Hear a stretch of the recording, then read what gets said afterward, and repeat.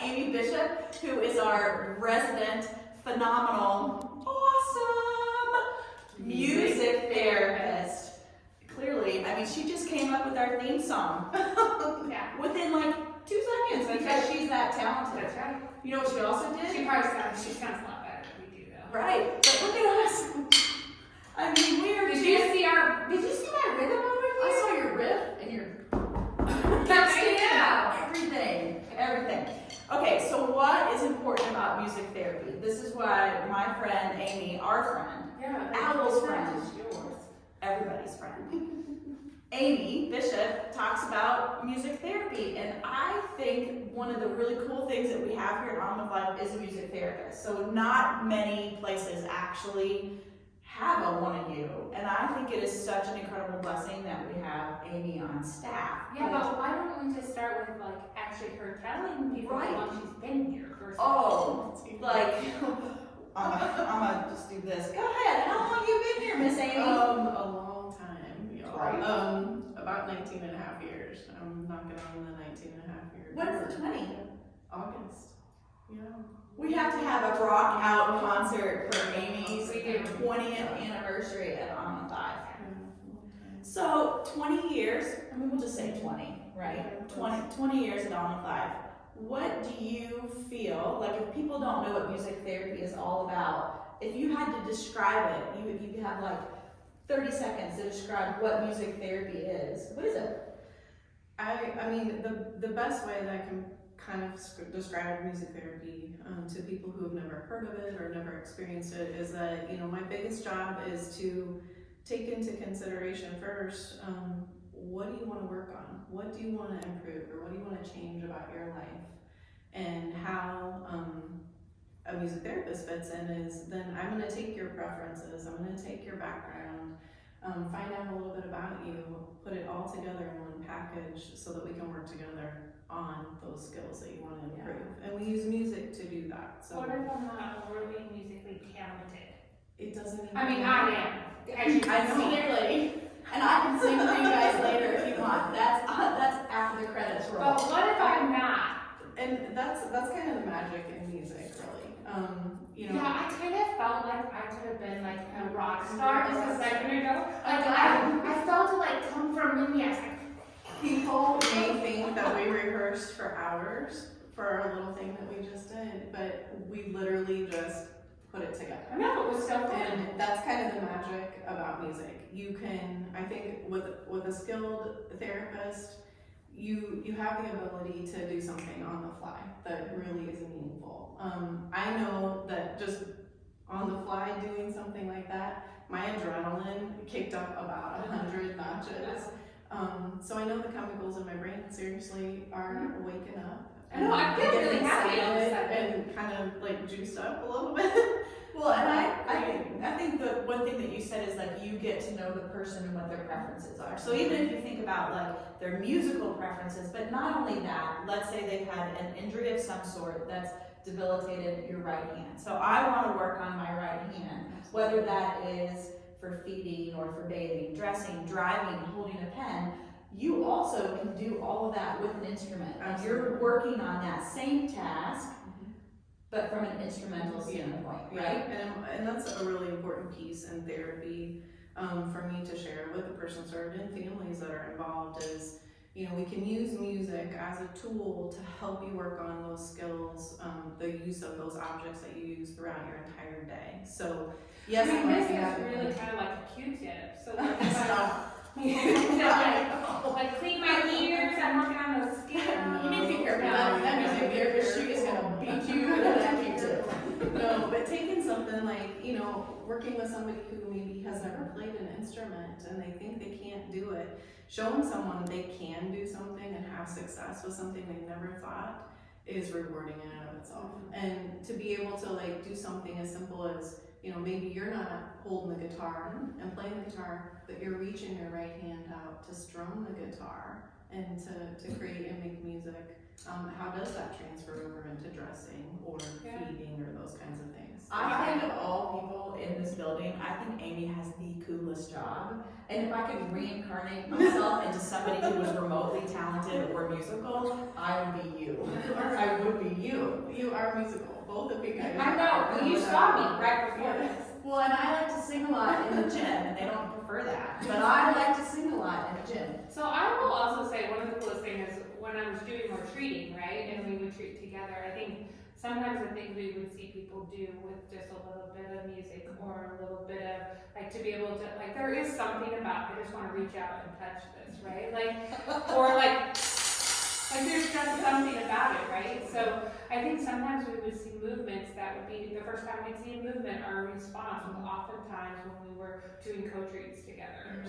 You're so right, because our auditory stimulation and processing is like sometimes one of the first things that people will respond to. So music is already set for success from that standpoint. And the cool thing about engaging someone in music and playing an instrument, for example, is you have that auditory feedback, you have that visual, like, oh, I want to reach and I want to do something with this thing.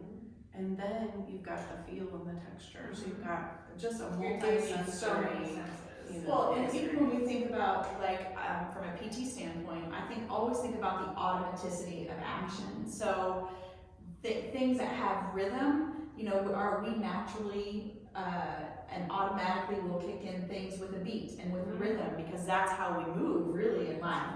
But can you talk a little bit about those that have aphasia, so those that have difficulty speaking, and how it's hard to find words, but you can get words through music. So can you talk about that correlation? Because I love that part. One of my favorite things to do is to be able to help someone speak or find those words that they feel are so lost after a brain injury, especially stroke on that left hemisphere. And to be able to say something as simple as, you know, I need to go to the bathroom, or I'm in pain, or, you know, some of those basic needs are difficult and challenging to say, but oftentimes, because music kind of lights up many areas or regions of the brain, we can kind of find another pathway for that information to travel, or that language to travel. So I like to think about it from the standpoint as, you know, maybe those bridges of communication are broken, so we are in the process through music of building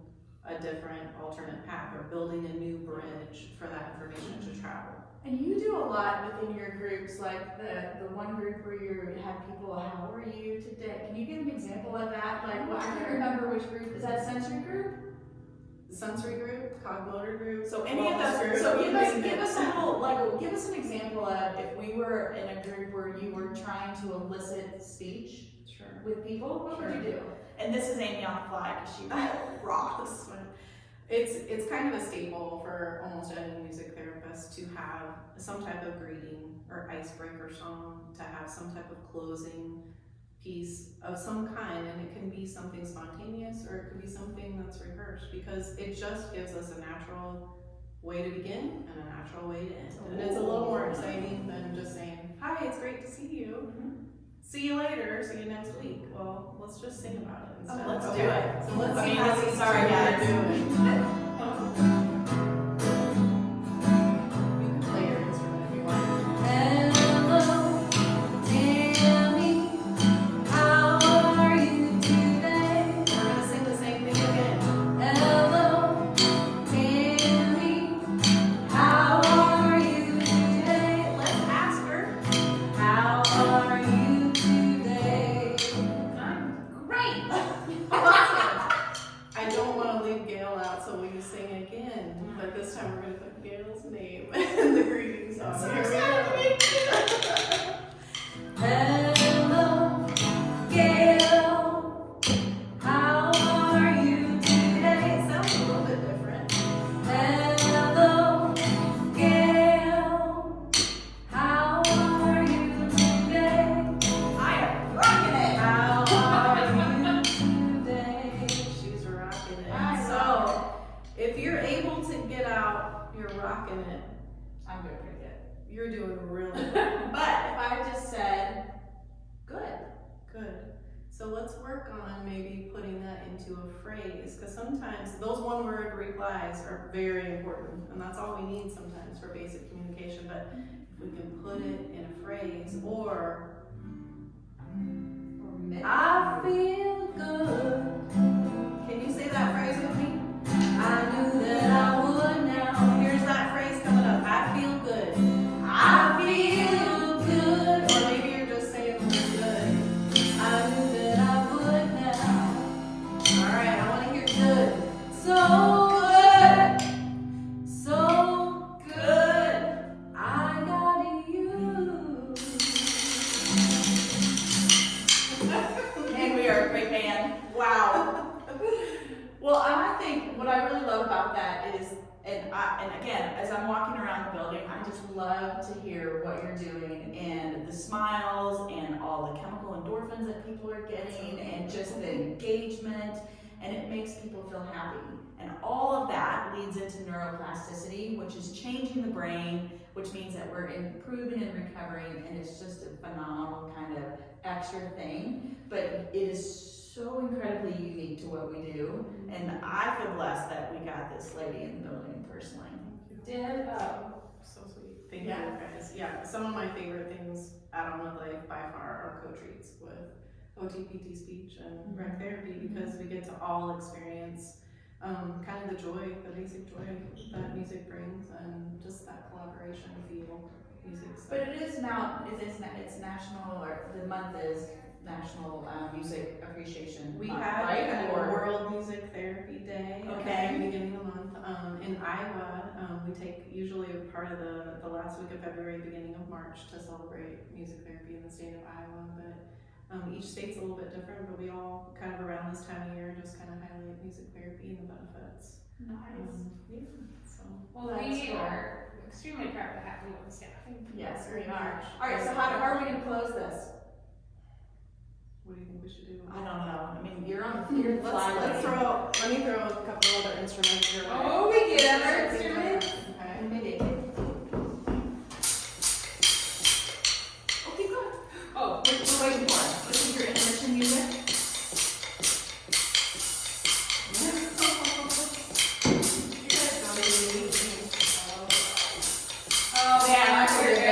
we're good. I watched Bohemian Rhapsody last night. I just feel like I could just go out with that. Pumped up, fired up.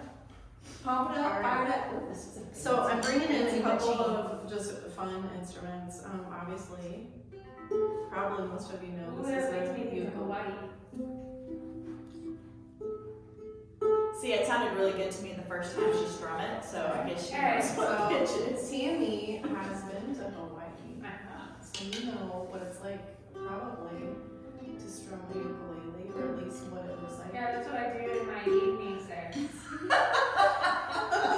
Sit in my hammock and look at the Hawaiian men and just Okay, that's enough.